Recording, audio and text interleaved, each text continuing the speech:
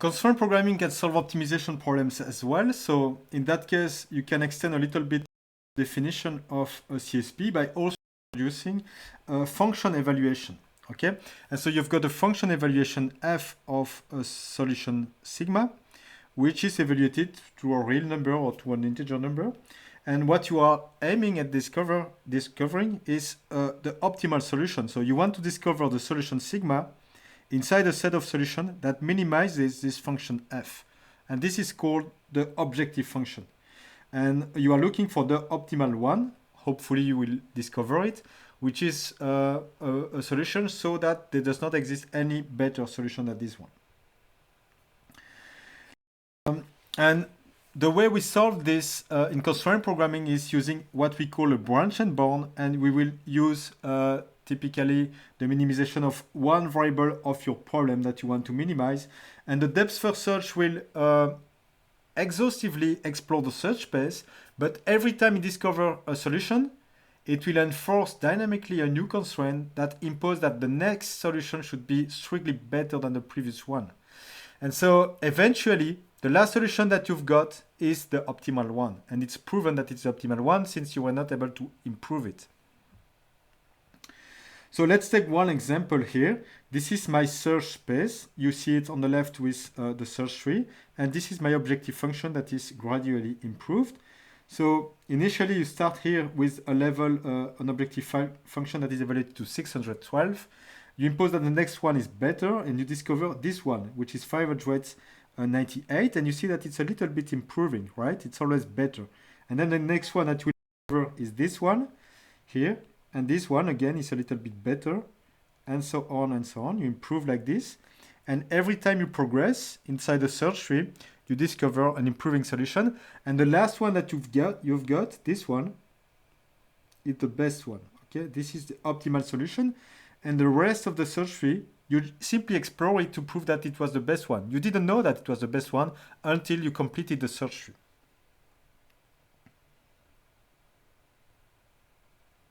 Okay, so this is the way it's solved. It works in constraint programming. And implementation-wise, it's not very complicated to implement. You just need to have one special constraint here. X is less than the bound, and bound is the current best optimal solution that you have. And every time you discover a solution, you tighten a little bit the bound, and you trigger the fixed point. So initially, the bound is plus infinity. Assume that you want to minimize. So initially, it's plus infinity, which means that it has no impact. And if you discover a solution x is equal to 8, you update the bound to 8. And so you say, okay, the next time, the objective variable x should be better than 8. And you will replace simply here, you will replace bound by 8. Okay? So this is the way it works to solve optimization problems. I might say also a little bit about the branching decisions. I have shown many examples where the branching decisions were of the type x is equal to v and x is different from v on the right branch. This is not always the case. As long as you have a complete enumeration, you might imagine different schemes. For instance, you might decide to take a median value and say on the left it's less or equal to v and strictly larger than v on the right.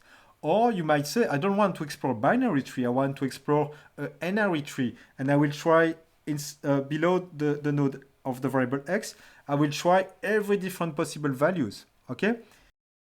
So you have many different types of possibilities, and you should also be aware that depending on the choice of the variable and the value and the decision that you take on the left and the right, you might have a huge impact on the size of the search tree that you will explore.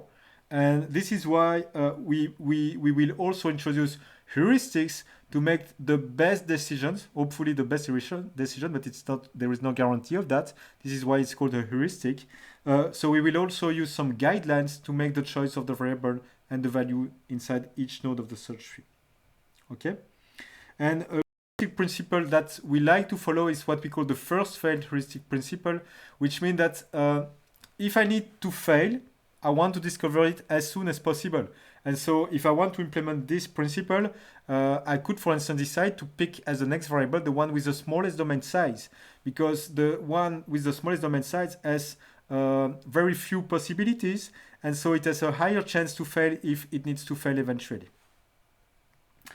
For the value, it's a little bit different. If you are inside an optimization problem, you want to pick up as the next variable on the left branch, the one that has hopefully the best chance to lead to a good solution. So for the traveling salesman problem, for instance, you might decide as the next successor of a city to take the closest one, not the furthest one, but the closest one. You see a little bit the idea? So the idea is to drive the search on the left branch with the first success principle for the value choice towards what we call a greedy solution. So hopefully a solution that is quickly good, so that if you discover quickly a good solution, the pruning made by the branch and bud will also be stronger more quickly. So this was for the heuristic.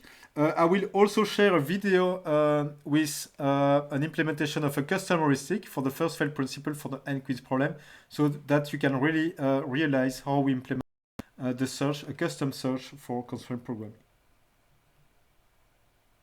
Okay. And so the custom search for the constraint programming, again, I will share the video with you, but it consists in selecting the next variable that is not yet bound. You take the one that has the smallest size, and on the left, you try this value v for the queen I that you just have picked, the one with the smallest domain size. And on the right, you simply remove this value v from the domain of queen I. Okay. And this is, again, I want to insist here on the importance of the leftmost solution. If this is what I call the leftmost solution. If the leftmost solution, which is the first one that you will discover, because you use depth first search, this is the first solution that you discover. If it's very good, you will prune the search tree better. Let's assume, for the sake of the reasoning, that instead of 612, I would have discovered right away 413, which is the best solution. It means that most of the the remaining of the search tree would have been pruned. Okay, if I would have discovered 413 quicker, I would have been able to prune further search tree. So it's very important that the leftmost solution is a good one for optimization problems. And this is why we use heuristics for that. Okay, and a good guideline when you want to implement a value heuristic is take greedy decisions. Okay, most of the time for combinatorial problems, it's quite easy to discover a greedy algorithm. Think about the greedy algorithm for your problem and implement it inside the CP heuristic, and you will be able to discover quickly good solutions. I want to finish by explaining a little bit the tools that we'll use here. As I already mentioned, it's MiniCP. MiniCP is an open source solver that I have implemented with some of my colleagues, Laurent Michel and Pascal Van Ettenrijk. It's aimed to be small, beautiful, and efficient, and this is why the logo is here, a hummingbird. This is the logo, okay, small, efficient, and beautiful. It was really created for teaching constraint programming, so it should be easy to understand. The documentation is really complete. Everything is open source. It should be explained so I will gradually explain how it works along the lectures. It's implemented in Java 8. The number of lines of code is not very long. So you have about 1,500 lines of code. So it's pretty small, but still you need to understand that. It's not totally trivial lines of code. And most of the lines of code are implemented for the constraints. Okay. For the search and for the rest, it's pretty small. So you will see that the design choices that we have made is always a trade-off between efficiency, flexibility, and simplicity.